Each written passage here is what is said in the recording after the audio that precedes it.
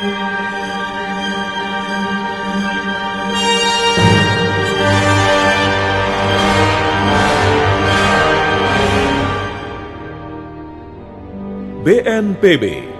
Badan Nasional Penanggulangan Bencana, mempersembahkan Asmara di Tengah Bencana. Mohon ampun Gusti Tumenggung.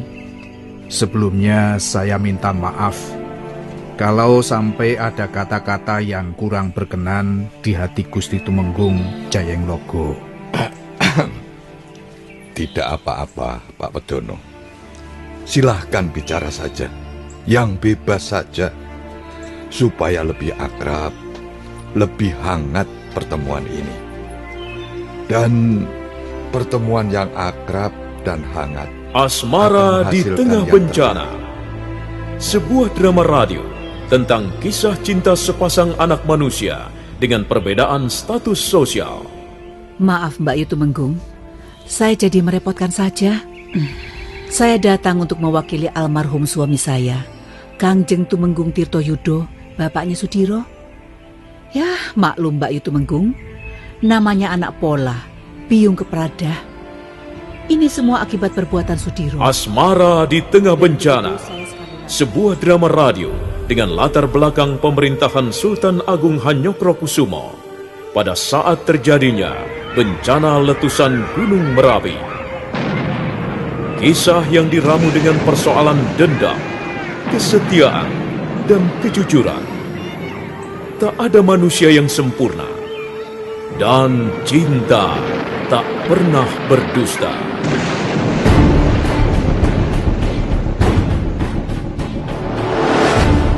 Naskah karya S. Tijab, penata suara Indra Mahendra, sutradara Haryoko.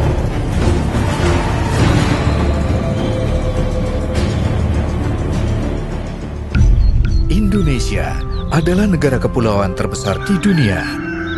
Terletak di antara dua benua Asia dan Australia, juga di antara dua samudra, Samudra Hindia dan Samudra Pasifik.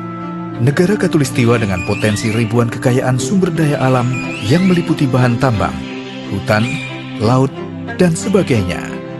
Namun selain itu, Indonesia juga mempunyai potensi bencana alam yang harus diwaspadai, seperti gempa bumi, tsunami, angin topan, banjir, tanah longsor, kebakaran hutan, erupsi gunung Merapi, dan lainnya.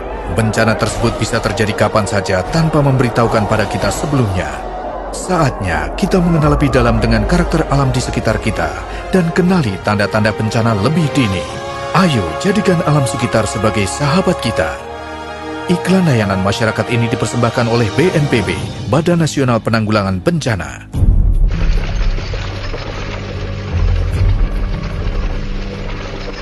Dua kereta kuda bergerak perlahan-lahan beriringan. Sudiro dan ibunya duduk di atas kereta depan, sementara beberapa orang sanak familinya naik kereta di belakang. Mereka terus bergerak ke arah Katumenggungan. Pagi itu, Sudiro dan ibunya bermaksud mengunjungi keluarga Tumenggung Jayeng Logo. Pertama, mereka ingin bersilaturahmi, dan kedua, mereka ingin meresmikan hubungan cinta antara Sudiro dan Kismoroso.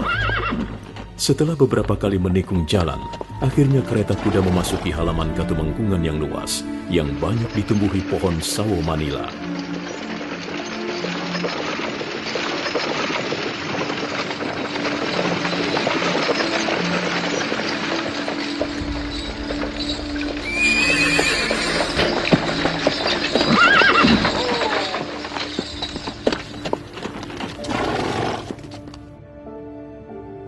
Mereka berkumpul di ruangan pendopo Katumenggungan yang lega serta nyaman. Sudiro dan ibunya, dengan diapit sanak familinya, duduk di bagian tengah. Sementara keluarga Tumenggung Jayeng Logo duduk di depan pintu ruangan beserta seluruh sanak famili dan para pembantunya. Sudiro dan ibunya beserta sanak kerabat yang dibawanya segera mengenalkan diri. Maaf Mbak Yu Tumenggung, saya jadi merepotkan saja. Saya datang untuk mewakili almarhum suami saya, Kangjeng Tumenggung Tirtoyudo, bapaknya Sudiro. Ya, maklum Mbak Yu Tumenggung, namanya anak pola, piung kepradah. Ini semua akibat perbuatan Sudiro. Dan untuk itu saya sekali lagi mohon maaf yang sebesar-besarnya. Tidak apa-apa di Tumenggung. Namanya anak muda, susah diaturnya. Ya, sebenarnya bukan hanya kesalahan Sudiro. Tapi menurut pendapat saya, dua-duanya yang salah. Kismoroso juga salah. Kita sekarang berada di ruangan ini bersama-sama untuk membicarakan masalah kedua anak tersebut. Bagaimana sebaiknya, Mbak Yu? Sebagai orang tua, tentu kita tidak bisa tinggal diam. Kita harus ikut mempersiapkan masa depan mereka, Yoto. Benar sekali Mbak Yu Tumenggung. Kita sebagai orang tua harus ikut bertanggung jawab. Itulah sebabnya saya datang kemari, sekaligus untuk menyelesaikan perkara anak-anak ini. Dan untuk itu, saya akan diwakili kakak kandung saya. Dia seorang wedono dari Kalipuro. Monggo, silakan Kang Mas. Terima kasih. Mohon ampun Gusti Tumenggung. Sebelumnya saya minta maaf kalau sampai ada kata-kata yang kurang berkenan di hati Gusti Tumenggung Jayeng Logo. Tidak apa-apa, Pak Wedono. Silahkan bicara saja, yang bebas saja, supaya lebih akrab, lebih hangat pertemuan ini. Dan pertemuan yang akrab dan hangat akan menghasilkan yang terbaik. Monggo, silahkan. Injih, matur nuwun Gusti Tumenggung. Jadi, mekaten Gusti. Kami datang kemari dengan maksud yang baik. Iya. Yaitu untuk menyelesaikan perkara Den Ayu Kismoroso dan Sudiro. Ya maklum, karena Sudiro sudah tidak punya bapak lagi, maka saya diangkat menjadi walinya. Saya adalah kakak kandung dari ibunya Sudiro ini. Jadi kami sangat berharap agar Gusti Tumenggung Jayeng Logo melapangkan dada, mendinginkan hati sejak peristiwa yang menimbulkan aib tempo hari Gusti Tumenggung. Ya maklumlah, mereka ini kan masih muda usia. Mereka belum mempunyai pengalaman yang cukup dalam tata pergaulan laki-laki dan perempuan. Akhirnya mereka kecolongan. Ya, dan beginilah jadinya. Tapi barangkali ini memang sudah menjadi kehendak Allah Subhanahu wa Ta'ala. Barangkali sudah menjadi nasib perjodohan mereka, Den Ayu Kismoroso dan Sudiro. Maka sebagai orang tua, kami hanya bisa menyarujui, menyetujui, merestui, dan juga memberikan dukungan yang sekiranya bisa membuat semua berjalan dengan lancar. Ya, demikianlah Gusti, atur kami selaku wali dari Sudiro. Kalau menurut pendapatku, memang ini merupakan kesalahan anak-anak muda. Walaupun sebenarnya yang tua juga tidak bisa dianggap benar. Bagaimanapun juga, mereka itu adalah anak-anak kita. Jadi kita juga harus bertanggung jawab dan mengawasi segala sepak terjang mereka di luar rumah. Itulah yang terpenting. Dan kalau sudah seperti ini kejadiannya, kalau menurut pendapatku, sebaiknya mereka segera diresmikan saja menjadi suami istri. Iya, benar apa yang dikatakan Kakang Tumenggung. Sebaiknya mereka segera dinikahkan saja. Coba Pak Wedono, kamu cari hari dan tanggal yang baik untuk segera menikahkan putriku dan Sudiro. Sekalian kamu cari penghulu yang beken, yang kondang, yang mumpuni, Soal biayanya biar semua aku yang menanggung. Nah, saya kira pertemuan ini tidak usah dipanjang lebarkan. Semuanya sudah cukup jelas. Tapi sebaiknya sekarang kita istirahat sambil mencicipi apa yang sudah dihidangkan oleh istri saya. Ayo, monggo Pak Wedono, Sudiro, Adi Tumenggung. Ayo, monggo dicicipi hidangannya. Monggo dicicipi dulu. Monggo loh. Inggih Kakang Tumenggung, matur nuwun.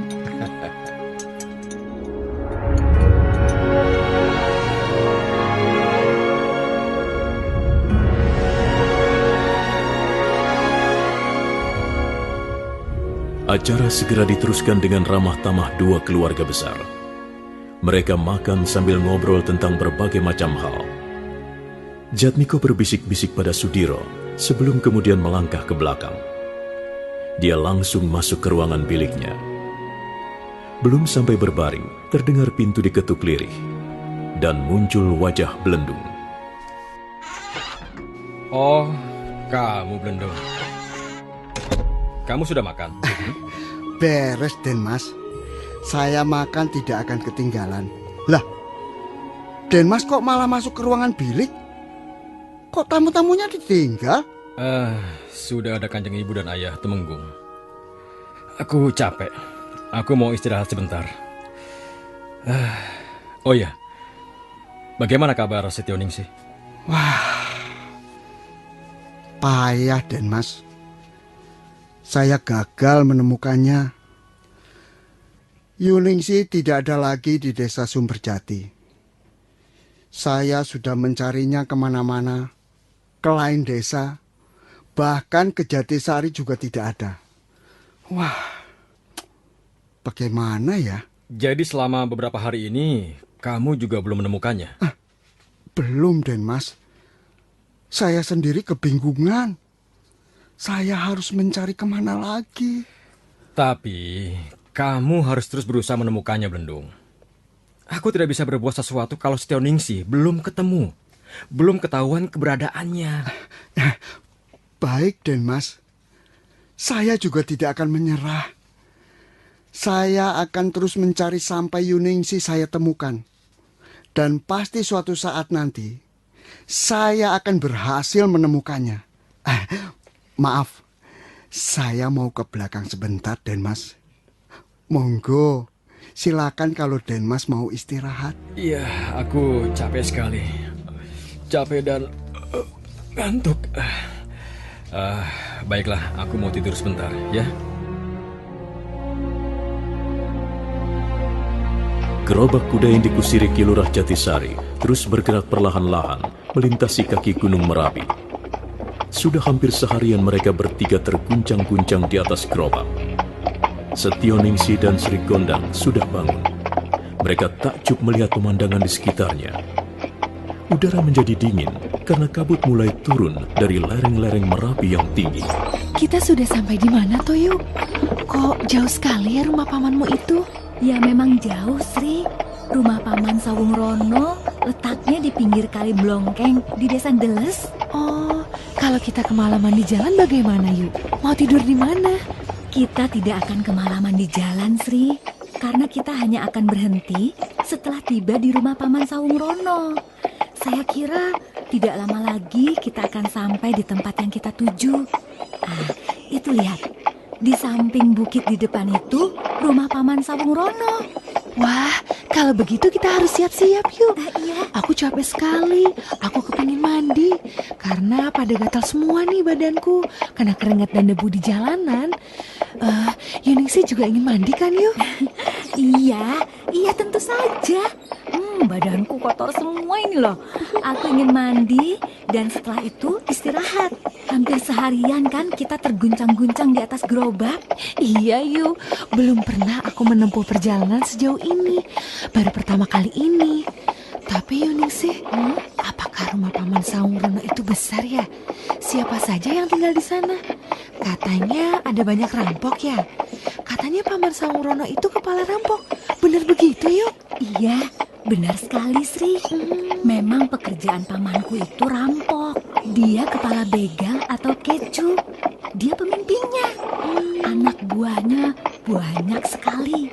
Ya, mungkin bisa mencapai puluhan orang. Mereka itu tinggal dalam satu perkampungan kecil. Mereka tidur di gubuk-gubuk dan sebagian ada yang sudah berkeluarga. Apa kamu tidak takut, Yu? Kawanan rampok itu pasti orangnya sangar dan perbuatannya kasar. Kamu tidak takut? Mereka tidak akan menyakitiku, Sri. Soalnya mereka tahu bahwa aku adalah anak Ki Lurah Jatisari. Sementara pemimpin mereka, Paman Sawung Rono itu adalah adik dari ayahku. Jadi mereka tidak akan berani mengganggu aku. Ya, mudah-mudahan saja begitu ya, Yu.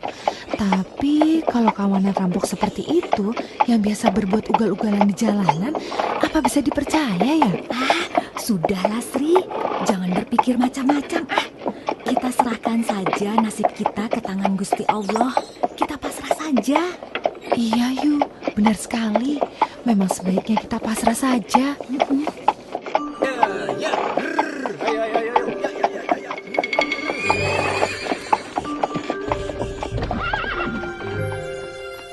Ki Lurah Jatisari sudah tiba di tempat yang dituju.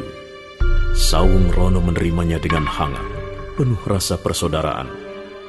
Mereka sekarang sedang menikmati makan malam bersama-sama di serambi rumahnya yang terbuat dari kayu-kayu besar.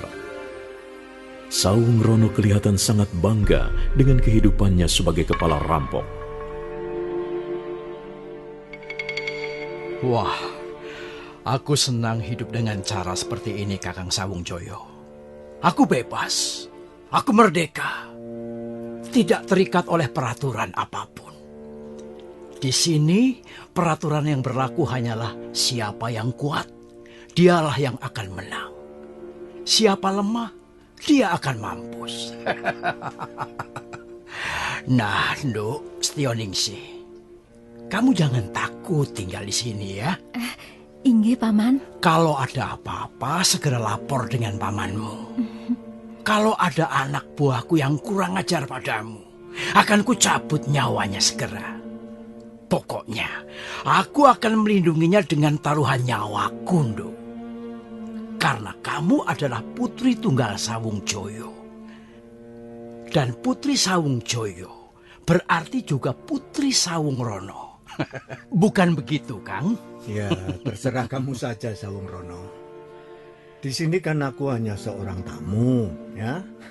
Seorang tamu harus menyenangkan hati yang punya rumah. Bukankah itu terbalik, Kang? Seorang tuan rumah harus menyenangkan hati para tamunya. Ki Lurah Jatisari dan adik kandungnya terus ngobrol sampai jauh malam. Sementara Setioningsi dan Sri Gondang sudah masuk ke ruangan bilik yang sudah disediakan. Barangkali mereka sekarang sudah tidur. Sementara Sawung Rono dan Ki Lurah Jatisari tampak masih duduk di serambi depan.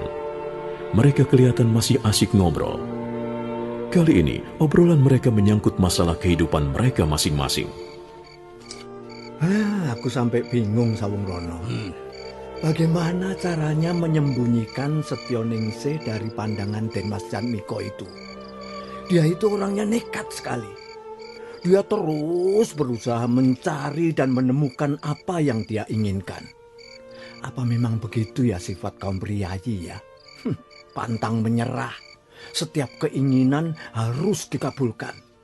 Apa begitu ya adat mereka? Pokoknya kamu tidak usah khawatir, Kang.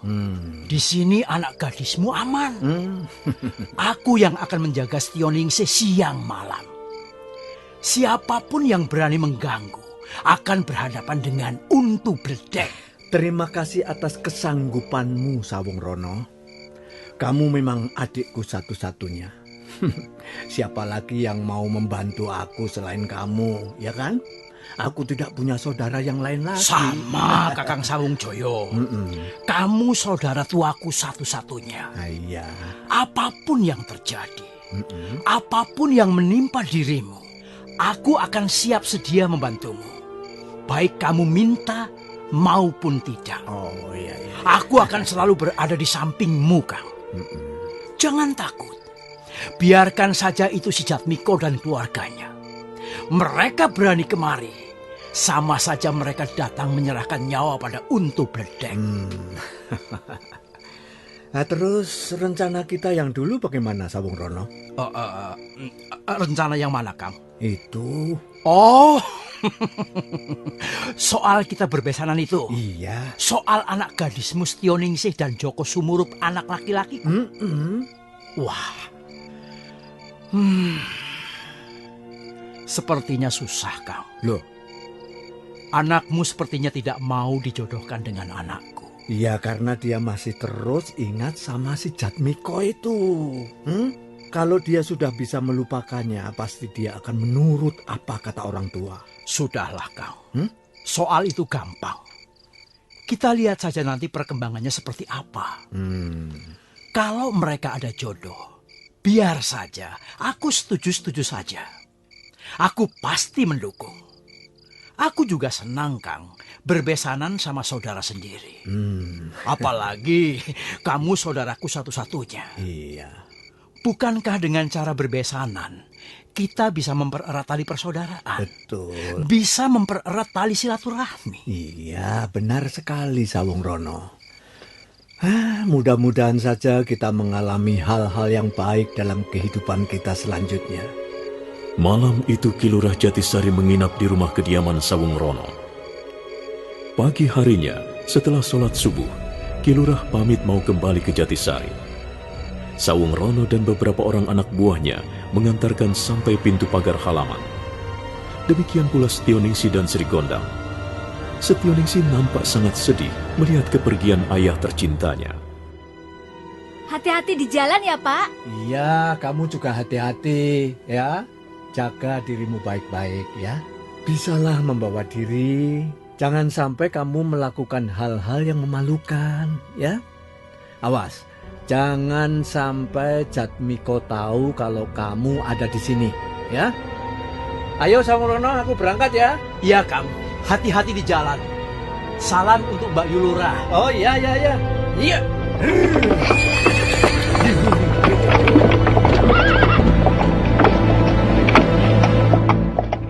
Indonesia adalah negara kepulauan terbesar di dunia.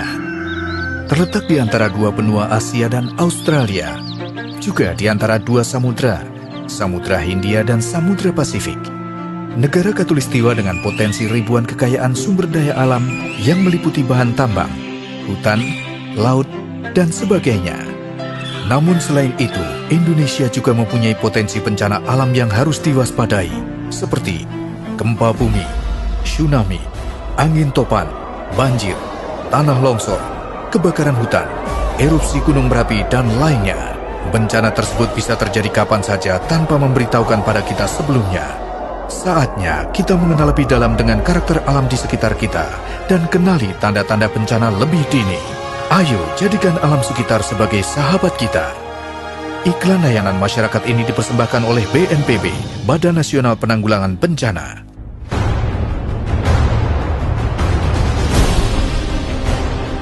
Nah, saudara pendengar, demikianlah seri ke-31 Sandiwara Radio Asmara di Tengah Bencana yang didukung oleh para pemain Hari Akik sebagai Tumenggung Jayang Logo, Siska Jawa sebagai Nyai Tumenggung, Nanang sebagai Jatmiko, Neni Haryoko sebagai Ibu Sudiro, Yoko sebagai Pak Wadana, Rifki sebagai Belendung, Ajeng sebagai Setioningsi, Nike sebagai Sri Gondang, Elsa Surya sebagai Ki Lurah, Bambang Jeger sebagai Sawung Rono, dan Asdi Suhastra pembawa cerita. Bagaimana kisah selanjutnya? Apa yang akan dialami Setioningsi di rumah Sawung Rono pamannya? Apa yang akan dialami Ki Lurah Jatisari setelah tiba di kampung halamannya? Saudara pendengar, silakan mengikuti serial Sandiwara Radio Asmara di Tengah Bencana pada seri-seri berikutnya. Sampai jumpa. Di alam semesta, jalani semua perintahnya, tak peduli dengan kasta, dari Brahma sampai Sudra.